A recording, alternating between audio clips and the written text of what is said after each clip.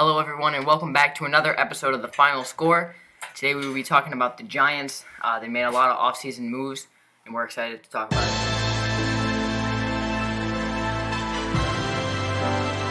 So starting off with some of their re-signings and some players that they let walk, they did let Dalvin Tomlinson walk, and he ended up signing with the Minnesota Vikings. But their first big move of the offseason was bringing back Leonard Williams. Initially, what was believed to be a franchise tag ended up being a multi-year deal, and he definitely got paid. So, coming from two Giants fans, what is your first reaction to this deal? I'm excited, especially after letting Dalvin Tomlinson. Yeah, especially oh my God, I can't talk. Especially after letting Dalvin Tomlinson. There you go. Dalvin Tomlinson walk. We needed to re-sign Leonard Williams because he's such a good. Our defense would have really suffered if we lost both of them, and we haven't made any other moves signing people to fill them. So I think that signing Leonard Williams would have been, or not signing him would have been a huge mistake. I agree. He's definitely the leader of this defense. He went out. Gallaudet traded a third-round pick 2 years back to the Jets for them. That was the first deal to ever take place between those two New York teams. And he didn't come in that second half of the season, but he was just learning the playbook. He didn't play great. But then coming into that second season, he had one of the top defensive performances in the NFL. He was getting a ton of sacks. He was just having an impact on the game. And he's only 26 years old. I saw Trey Wingo was talking about that. How he was saying it's unsettling that this guy is only 26 years old because he's really just a beast. And we can move into a little bit of a very, very minor signing that, even though it is minor, I'm not happy with it, and that's our backup quarterback being Mike Glennon. To be honest with you, I think Danny, we're going to talk about this a little later in the podcast, but Danny has been prone to be a little bit to injuries, so I would have liked us to go out and see someone like Alex Smith. I know it's a high-end backup, or just someone of that nature. I really think Mike Glennon is one of the low-tier backups in the league. I know he's experienced. So, because if Danny comes in the game and then he's running and then he pulls his hamstring, I don't really want to send Mike Glennon into the game. Because then we're just going to be running up the ball because we ain't giving the ball to Mike Glennon. Yeah, I think this offseason, though, we were a little bit more focused on getting starters that's true. than worrying about backups, because backups, even though they're nice to have, you're hoping that you don't need them. Yeah, absolutely. And pretty much, we can just move into some of the minor players to sign with C.J. Board. We re-signed him. We'll go through some of the wide receivers. A guy that I was really happy we brought in that is kind of unnoticed because we've brought in a lot of guys right now is John Ross. Yeah, it's a good stretch the field player, a fast, speedy guy. We have a full team of first-round picks when you look at these guys. Yeah. Leonard Williams, first-round pick. John Ross, first-round pick. And Saquon, Danny, all these guys, and Dory Jackson, who we'll get into. But John Ross had the fastest 40-yard dash. At one of the fastest 40-yard dashes ever. He was pretty underwhelming in Cincinnati.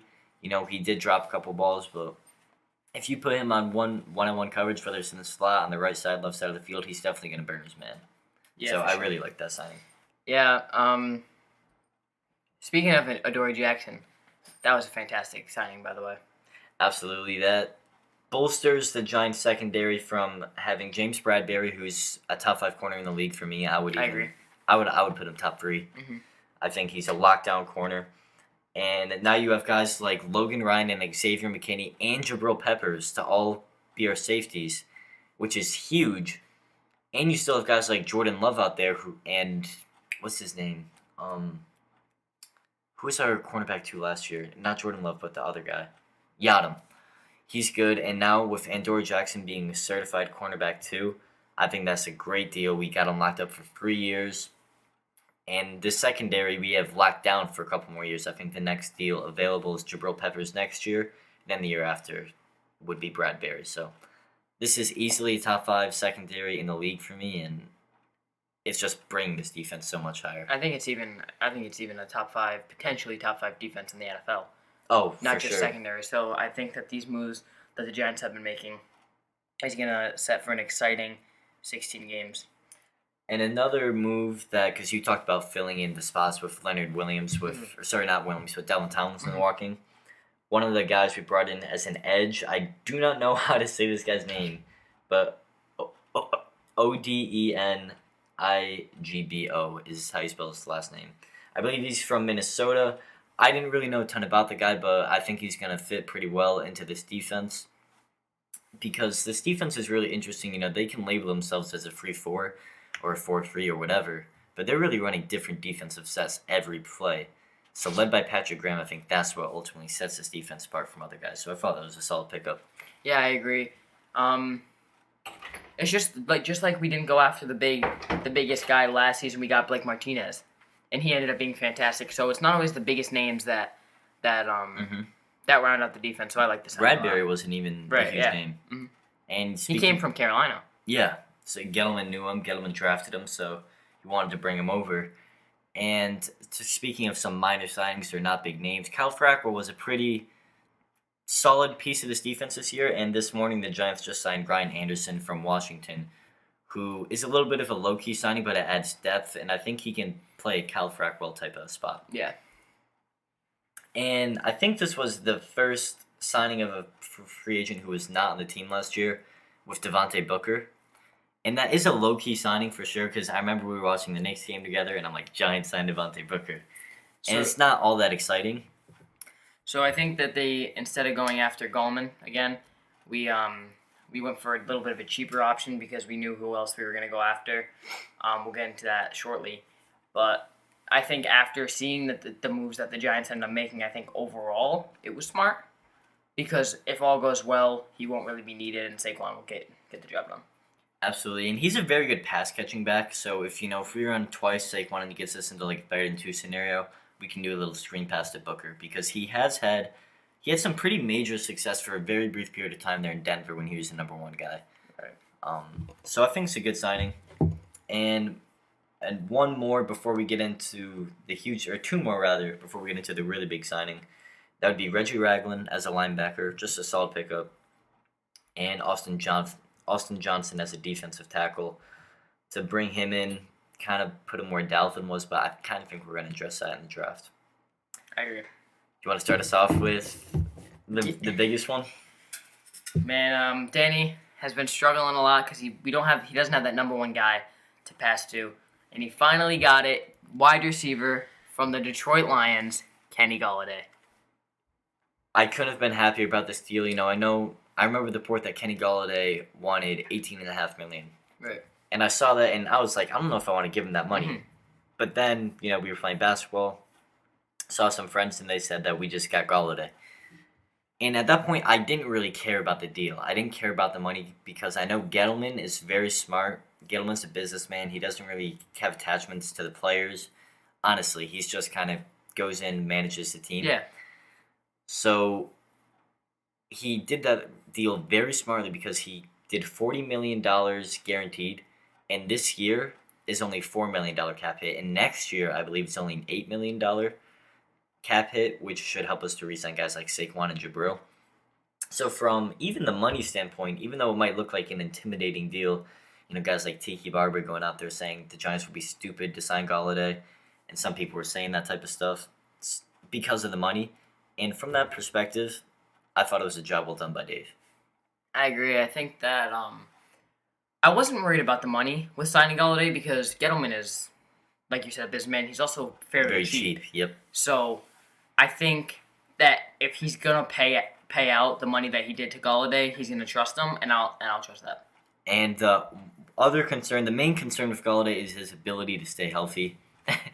Some people have had he had one great season, and in that great season, he was totally and completely healthy. So I actually saw a stat that was the first, I think, 47 games for the Lions. And it was comparing Kenny Gallaudet and Calvin Johnson. Yeah, and they called him Baby Megatron or something. Yeah, they were very similar. I was just throwing that out there.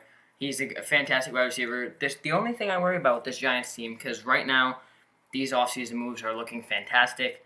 The only thing that scares me a little bit is injuries. You have an injury-prone Saquon Barkley. You have an injury-prone Kenny Gallaudet. You have someone who's been injured last year, Daniel Jones. So if we can stay healthy, you're looking at a good playoff team. Exactly. And if not, and a little bit, then what are you gonna do? a little bit more of Kenny Gallaudet is because you were talking about Danny finally having his number one guy. Kenny Gallaudet is a top 5 receiver in terms of. Did something in the sports world just happen? You look like. Kenny Gallaudet is a top 5 receiver in terms of throwing the deep ball. I'd say he's a top 3, not just at the deep ball, but top 3 at a 50-50 ball. Probably the best in the league when it comes down to that. And Danny Dimes is statistically a top 5 quarterback in terms of throwing the ball deep. So for a quarterback who loves to throw the ball deep, and a wide receiver who is so good at catching the deep ball, that's a match made in heaven for the Giants. Yeah, I mean, before we really lacked any sort of deep playmaking. Right. So the only thing I'm worried about, can Garrett stop running quick slants and three and ins and trust Kenny Gallaudet, stretch the field a little bit more, make it easier, spread the field, and just find a way to win games, because Kenny Gallaudet is going to be a huge help. And we brought in Kyle Rudolph on a 2-year deal, although that right now is up in the air because apparently there was an issue with his foot, and the deal hasn't been signed yet, so that might come back, although I hope it doesn't, because he hasn't dropped a pass in 2 years. And I actually think he's just a pretty solid pickup, even for the money. And another thing about Gallaudet, it's not just his receiving ability, but it's the red zone threat, because we really lacked last season red zone. You have somebody like Evan Ingram, who is more of a wide receiver than a tight end in the sense that he's more of a yardage guy. We didn't have any end zone targets. We were mainly giving it to Alfred Morris, Wayne Gallman, and looking for Golden Tate and Sterling Shepard. So that's a deadly combo. So I think Kyle Rudolph and Kenny Gallaudet will bring a nice pizzazz. Yeah. So that pretty much should cover all of the free agency moves, and we talked a little bit about the effects it'll have on the team. But that's kind of what I want to transition into, starting with this receiving core, because we haven't even had the draft yet, and the Giants have the 11th pick, and as of right now, here are Danny's weapons. He has Kenny Gallaudet, Sterling Shepard, Darius Slayton, John Ross as your top 4. And then you have guys like C.J. Board in there, who's a pretty solid wide receiver. And then you look over on the tight end, he has Evan Ingram, who is, like you said, a little bit more of a wide receiver. And he also sucks. Yeah, I wouldn't mind seeing him traded. And it stinks because the talent that Evan Ingram has is unbelievable, because his pass catching ability is ridiculous for any other tight end, but it's tough with. Yeah. He struggles a lot with. He caused Daniel Jones, I think, 4 statistical interceptions last year. That's ridiculous. He also cost the Giants the playoffs, because when we played the Eagles... almost twice. What happened when we played the Eagles was we had a wide open catch, and he dropped it for the game. One of the best... That was to me, I saw the ball midair, and I'm like, oh man, Danny, in the moment right there, he just had it. He just dropped a piece of bread right into Evan Ingram's basket. And Evan Ingram, reached out his arms like an... like alligator arms, and it literally just bounced off his hands.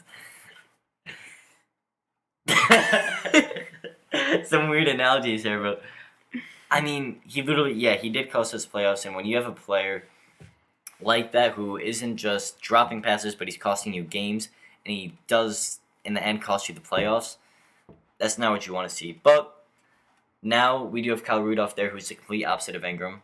Ingram is fast and can't catch. Kyle Rudolph is slow and can catch. So Danny has all those weapons to throw to. And we haven't even done the draft yet. And now you look at our backfield. We have Saquon Barkley and Devontae Booker. This offense, if we can get aligned, is going to be extremely explosive. Yeah, for sure. I agree. I think that... You good? Yeah, all Daniel Jones needs is just... Oh. Yeah. All Daniel Jones needs is an offensive line. Yeah. The offensive line, what we did have to do is we had to let Kevin Zeitler walk in free agency, which opened up a lot of money to make a lot of these moves. And right now we have Andrew Thomas sitting at the left tackle. We have Matt Pert and Nate Solder competing for that right tackle spot. And I'm okay if Nate Solder is there, only because left tackle is such a different position. Right tackle, you really don't have to do much. So I also like think because we have so many weapons, but if we don't have an offensive line, It's nothing. it's just gonna be what it's almost gonna like look over what's happening in Seattle.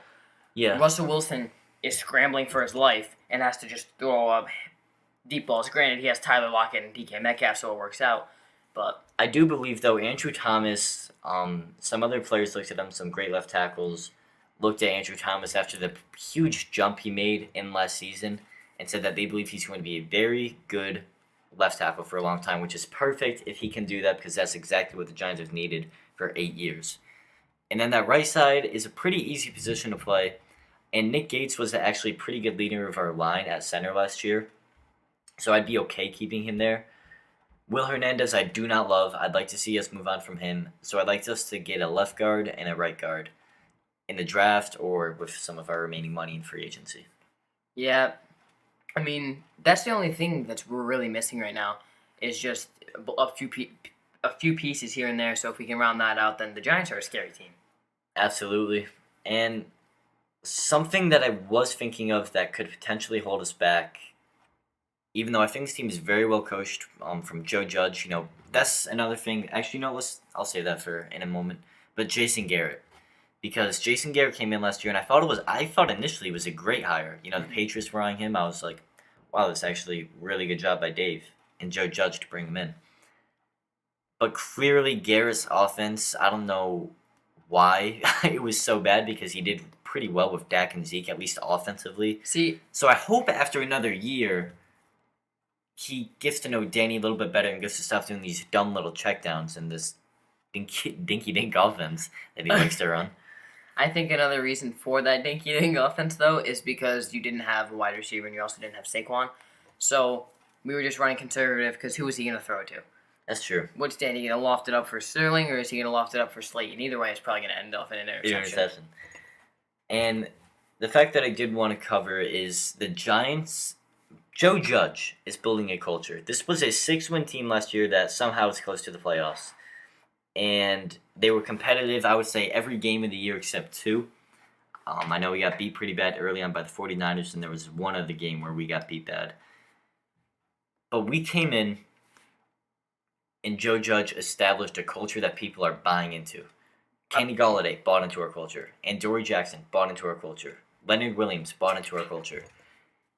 They all want to play for New York because they recognize that the Giants are on the verge of becoming what they once were. Bringing in Kenny Gallaudet was kind of like bringing in Plaxico Burress back then. It was just around this time of year. In the offseason where we brought in Plax, now we bring in Gallaudet. So could this be some foreshadowing of what to come for the Giants?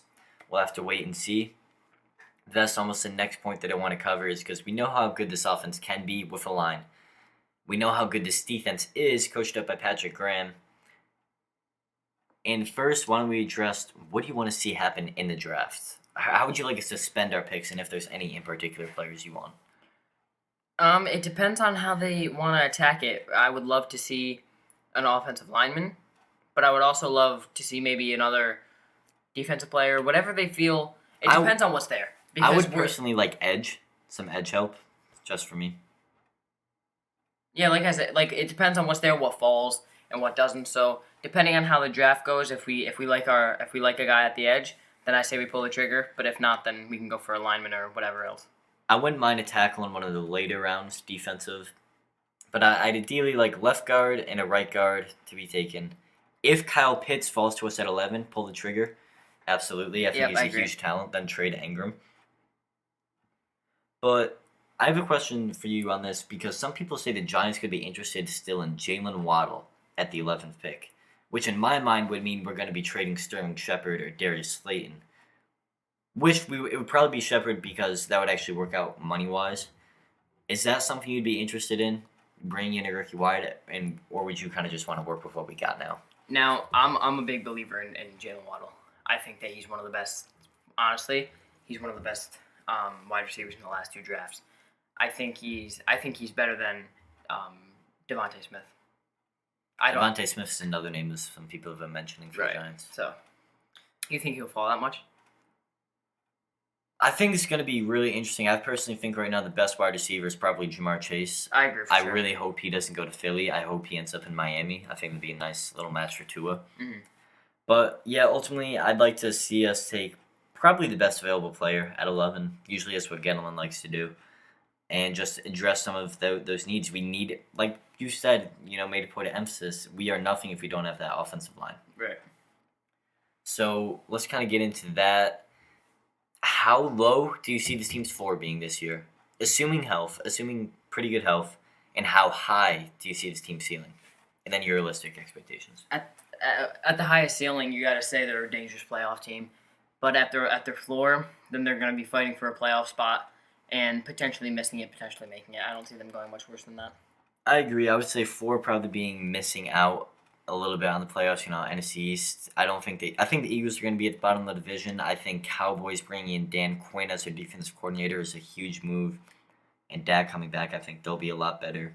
And the football team could be really good, but it's going to be Fitzmagic or Fitztragic for them, and I'm going to bet more on Fitztragic. So I think even though they've got a really solid team over there, I think we should be able to beat them out, although it'll be really close. But I think it's going to be a battle for that one spot for sure. I agree. However, the floor, like I said, probably fighting for that spot, but the ceiling is a team who could get hot in the playoffs, and we know what happens when you get hot in the playoffs. Mm-hmm. You go to the Super Bowl. So this is a Super Bowl roster if we get an offensive line, and the 2 things that's really come down to me, or the 3 things, is offensive line, Jason Garrett with the coaching, making a lot smarter plays, which I think Joe Judge will get him better because recently Freddie Kitchens was promoted, who's a little bit of an offensive play caller. And then I would like to see Daniel Jones take the jump to prove that he is an unquestionable starter in this league. I don't want to see 25 touchdowns and 15 interceptions. Mm-hmm. I want to see 25 touchdowns and 5 interceptions. Yeah, and another thing that I'm worried about with Danny, who he was better at last year, but something that still worries him is his ball security. Yeah. So. But now, he's not going to have to force it up as much. I think you will still see some 50-50 balls because Kenny Gallaudet is so great at them. And I think now with Saquon back, if this team can stay healthy, he's going to have his dump-offs to Saquon. As a Giants fan, I'm so excited for the upcoming season. It's looking up in sports. We're going to be pretty much wrapping things up here unless there was anything else you wanted to cover on the Giants. Not really. So that should just about wrap up that. Tomorrow, we will also be having a podcast talking about the Sweet 16, some of the events in March Madness, and definitely going to be talking about some Syracuse. For sure. So that'll wrap things up for now. So this has been The Final Score.